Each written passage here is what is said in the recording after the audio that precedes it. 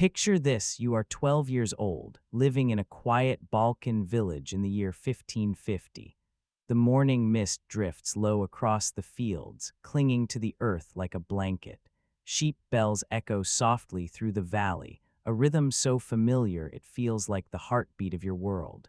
Your hands are rough from helping your father with the flock. Your clothes smell faintly of smoke from last night's fire.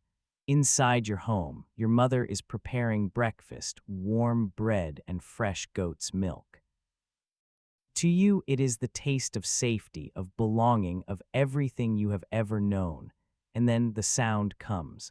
At first it's distant, a dull vibration beneath the earth, but it grows louder, closer, until the truth is undeniable. The thunder of hooves against cobblestone. Your father freezes, his face drained of color. Your mother's hands tremble, the clay jug she carries slips, shattering on the ground. Around you, silence falls, the kind of silence born not of peace, but of dread. Because everyone knows what those hoofbeats mean. The Sultan's men have arrived. They come in silk robes and with scrolls in hand, their eyes scanning the villagers with the cold calculation of merchants choosing livestock. And then one of them points at you. Your mother falls to her knees, begging words the officials do not even pretend to understand. Your father says nothing because he knows resistance means death, not just for him, but for all of you. In that moment, your world breaks. You are torn from your family, told this is an honor, that you will serve the Sultan, that you will rise to greatness. But as the cart carries you away, all you hear is your mother's sobs fading into the distance. You will never hear them again. This is the beginning of your new life. The march begins before the sun has risen. You are pushed into line with dozens of other boys, strangers whose eyes mirror your own fear. Some are Greek, some Serbian, some Albanian, others, like you, from the Balkans. None of you speak much, but the silence says enough. You all know this is not a journey home. The guards bark orders as you begin to walk. Day after day, the road stretches endlessly, dirt paths through rugged mountains, stone tracks across open plains. Your feet blister inside worn shoes, each step rubbing raw until blood stains the leather. There is no time to stop. Food is scarce. A crust of bread, a handful of dried figs, sometimes nothing at all. Water is brackish from streams you share with animals. Hunger gnaws at your belly until it becomes a constant ache, dull but unrelenting. At night, the caravan halts wherever the guards choose. You sleep on bare earth beneath the open sky, huddled close to strangers for warmth. Rain soaks through your thin clothes, cold wind cuts your skin, and in the darkness, sobs ripple down the line. Boys whisper prayers in languages you don't understand, fragments of home clung to like lifelines. But not everyone survives. Some stumble and cannot rise again. Others cough themselves into silence, sickness taking them quickly. The guards do not wait. A boy who cannot walk is left behind, fading into the distance until he is only a shadow. You learn your first lesson: mercy has no place here. It is during this march that you meet Nikos, a boy not much older than you, from a fishing village on the Greek coast. His voice is hoarse, his eyes restless. One night, under the pale light of the moon, he leans close and whispers that he tried to escape. On the third evening, he slipped into the darkness, running toward freedom. He didn't make it a mile. The guards caught him, dragged him back to camp, and beat him until he could no longer stand. They made the rest of you watch. His screams echoed across the hills, a sound more haunting than the howl of wolves. That night, you understood the second rule of your new life: escape is impossible. From then on, you move like a shadow, careful not to draw attention. You lower your eyes when the guards look your way, swallow your words when questions rise to your lips. You learn to endure the gnaw of hunger, the burn of fatigue, the constant ache of fear. Weeks blur together in a haze of footsteps and suffering. Faces around you vanish. Boys who were there one day are gone the next. Their empty places in the line become silent reminders of your own fragility. And then one morning, the ground beneath your feet shifts. You crest a hill, and the world opens before you. There it is, Istanbul. The city is magnificent. The great dome of Hagia Sophia gleams in the light. Minarets stretch into the sky like spears piercing the heavens. The palace walls sprawl across the horizon, vast and impenetrable. For a moment, you almost forget the hunger in your stomach. But the awe doesn't last, because you know this place is not salvation. It is not wonder. It is the place where everything you were will be stripped away, and where everything you fear will begin. The gates of Istanbul close behind you, and the march is over. But what awaits is worse. You and the surviving boys are herded into a courtyard. The walls loom high above, shutting out the city. A line of Ottoman officials waits, their robes immaculate, their faces cold, their eyes sharp. In their hands are scrolls filled with names and spaces yet to be filled. One by one, the boys are called forward. The inspection is merciless. Your turn comes. Hands grip your chin, tilting your face toward the light. Fingers pry your mouth open, examining your teeth like you are a horse. They run their eyes over your skin, noting every blemish. They measure your height, test your reflexes, demand you recite letters or numbers if you know any. Every detail is judged not with kindness, but with the precision of merchants appraising merchandise. Around you, boys are divided into groups. The strong, broad-shouldered ones are sent toward the training grounds, destined to become janissaries, the empire's elite soldiers. The less promising are dismissed for hard labor, servants and workers in the Sultan's vast domains. And then there is the third group, the smallest, most carefully chosen.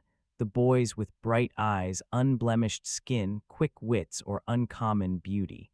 These are the ones selected for the Sultan's palace school, the Enderun. Your name, or rather, the name you once had, is called. You step forward. The officials exchange a brief glance, and one of them smiles. It is not the smile of approval. It is the smile of men who have found something useful. In that moment, you feel the last fragments of your old self slipping away. Later that evening, in a ceremony of pomp and false celebration, your past is stripped from you entirely. The small wooden cross your mother pressed into your hand, gone. Your name gone. In its place, a new one is given, Mesmet. The officials speak as though this is a privilege, as though you have chosen this new life. But you know the truth. There was no choice.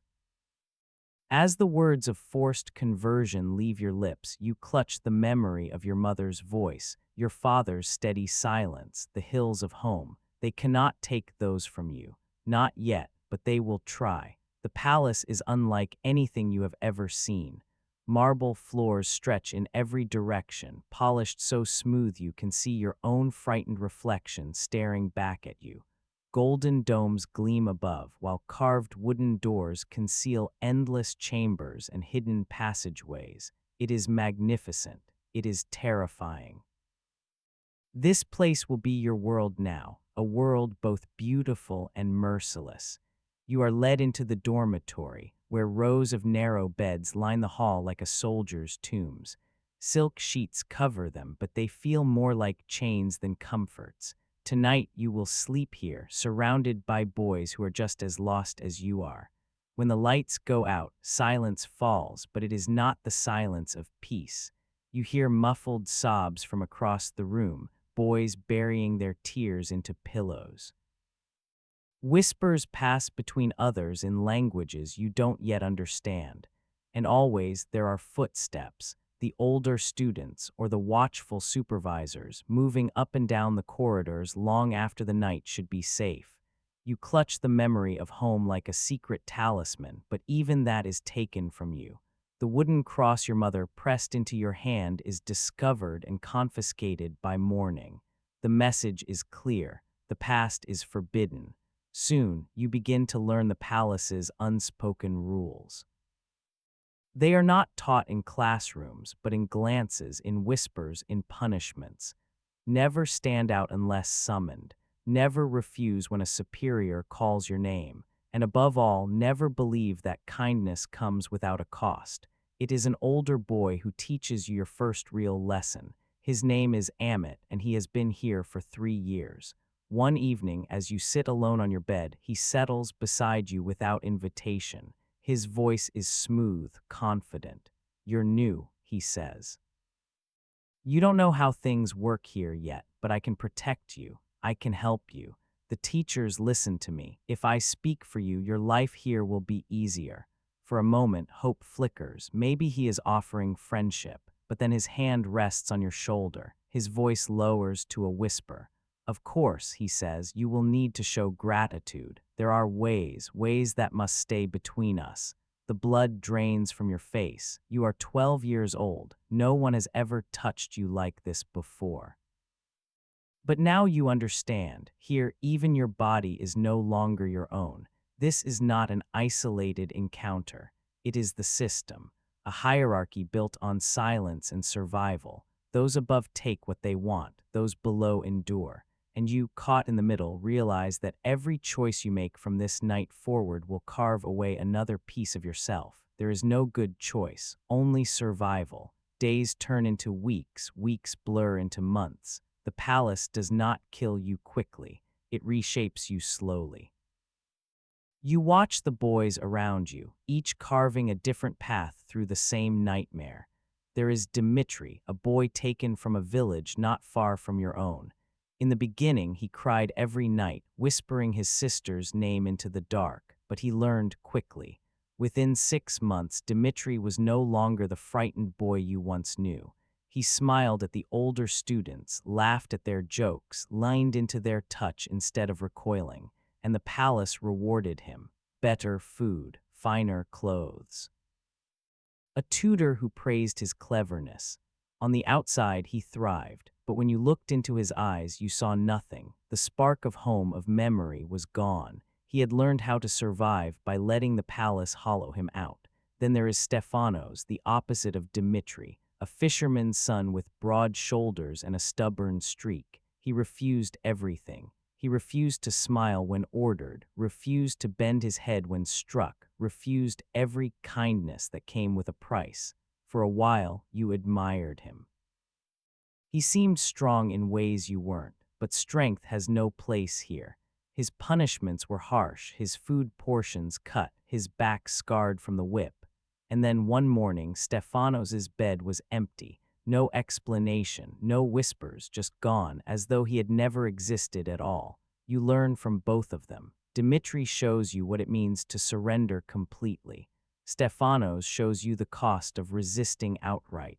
And you, caught in between, begin to walk the only path left, a fragile middle ground. You obey when watched, nod when spoken to, smile when expected. You learn to hide the small piece of yourself that still belongs to you, your memories, your longing, your quiet prayers whispered where no one can hear. And slowly you understand the palace's secret economy. Privileges, a second helping of bread, a warmer blanket, the attention of a teacher can be earned. Not with honesty, not with freedom, but with obedience, silence, and sometimes submission. The lesson becomes clear. This place does not want to educate you. It wants to remake you, to break you down and rebuild you into something useful. And you must decide every single day how much of yourself you are willing to lose in order to stay alive. From within the marble walls, it feels like the entire world has shrunk to silence, whispers, and fear. But occasionally, the outside world catches a glimpse. Foreign envoys, Venetians, Frenchmen, emissaries from distant courts are invited to the palace to witness the empire's grandeur. They write letters, journals, reports, and buried within their words are fragments of what you live every day. A Venetian ambassador notes with unease the fondness shown to young palace boys, children dressed in silks, hovering too close to powerful men. A French diplomat describes pages moving through the halls like birds in gilded cages, their downcast eyes betraying fear even as jewels glitter on their clothes. They see the surface. The beauty, the extravagance, the strangeness of children serving as ornaments of power. But they do not see the nights, the bruises, the whispered bargains made in the dark. They record what they can, filtered through their own culture and distance. And still, even those faint observations are enough to leave them unsettled. Enough to suggest to the world beyond the palace gates that behind the splendor lies something darker. But for you, for the boys living within these walls, there is no such distance. There is no page in a journal, no quiet report to a foreign king. There is only survival. This is where Mesmet comes of age, outwardly successful but inwardly broken, facing the cruel decision of whether to resist or perpetuate the same system. Years pass. What began in fear has become routine, though never comfort. You grow taller, stronger. Your tongue learns new languages, Turkish, Arabic, Persian. Your hands copy calligraphy with precision. Your mind absorbs law, mathematics, astronomy. Outwardly, you have become everything the palace wanted, polished, obedient, useful. And then at last comes Chikma, the graduation. The ceremony is dressed in gold and ritual. Officials recite prayers, teachers nod with pride, and you stand among the other boys who have survived. Survivors, yes, but not unchanged. Each of you carries scars, some visible, others buried deep where no eye can see. Now the empire decides your future. Some graduates are sent into the army, destined to enforce the Sultan's will with sword in hand. Others become administrators, governors, advisors, men of influence who will shape the empire's path. And you feel the weight of a terrible truth. Every man standing before you, the teachers, the officials, even the dignified masters of ceremony, were once boys like you. Torn from their families, shaped, broken, rebuilt, and now they serve by continuing the cycle. It is the final choice laid before you: resist and likely be destroyed by the very system that shaped you. Or embrace it, rise in rank, gain power, become the kind of man who points to the next child in line. The applause of your graduation echoes in your ears, hollow as a funeral bell, because you know what it means. Survival has cost you pieces of yourself you will never recover. Centuries have passed. The palace where you once lived still stands, its walls unchanged. Today, tourists wander through its marble corridors, marveling at the domes, the mosaics, the treasures of empire. Guides speak of education, discipline, and refinement, how the Sultan's school produced brilliant administrators, skilled diplomats, loyal generals. But the walls do not speak. They do not tell of the boys whose names were erased. They do not whisper of the sobs that echoed in the dormitories, or the bruises hidden beneath silk robes. To the visitor, the palace is a monument to beauty and power. But for the thousands of boys who once filled its chambers, it was a crucible of suffering, a place where innocence was stripped away in the name of empire. And though their names are lost, their shadows remain. Shadows in the courtyards, in the narrow beds, in the silence that lingers long after the footsteps have faded. Your story, Mesmet's story, is not unique. It is one among thousands. Thousands of children reshaped by power, sacrificed to a system that valued conquest over compassion, empire over innocence. And that is the truth the marble cannot hide. Behind every empire's golden age lies a foundation built on suffering. Behind every triumph, a silence paid for by those too young to choose their fate. The palace stands as a museum now, but the ghosts still walk its halls. They remind us that power always has a price, and too often it is the powerless who are forced to pay it.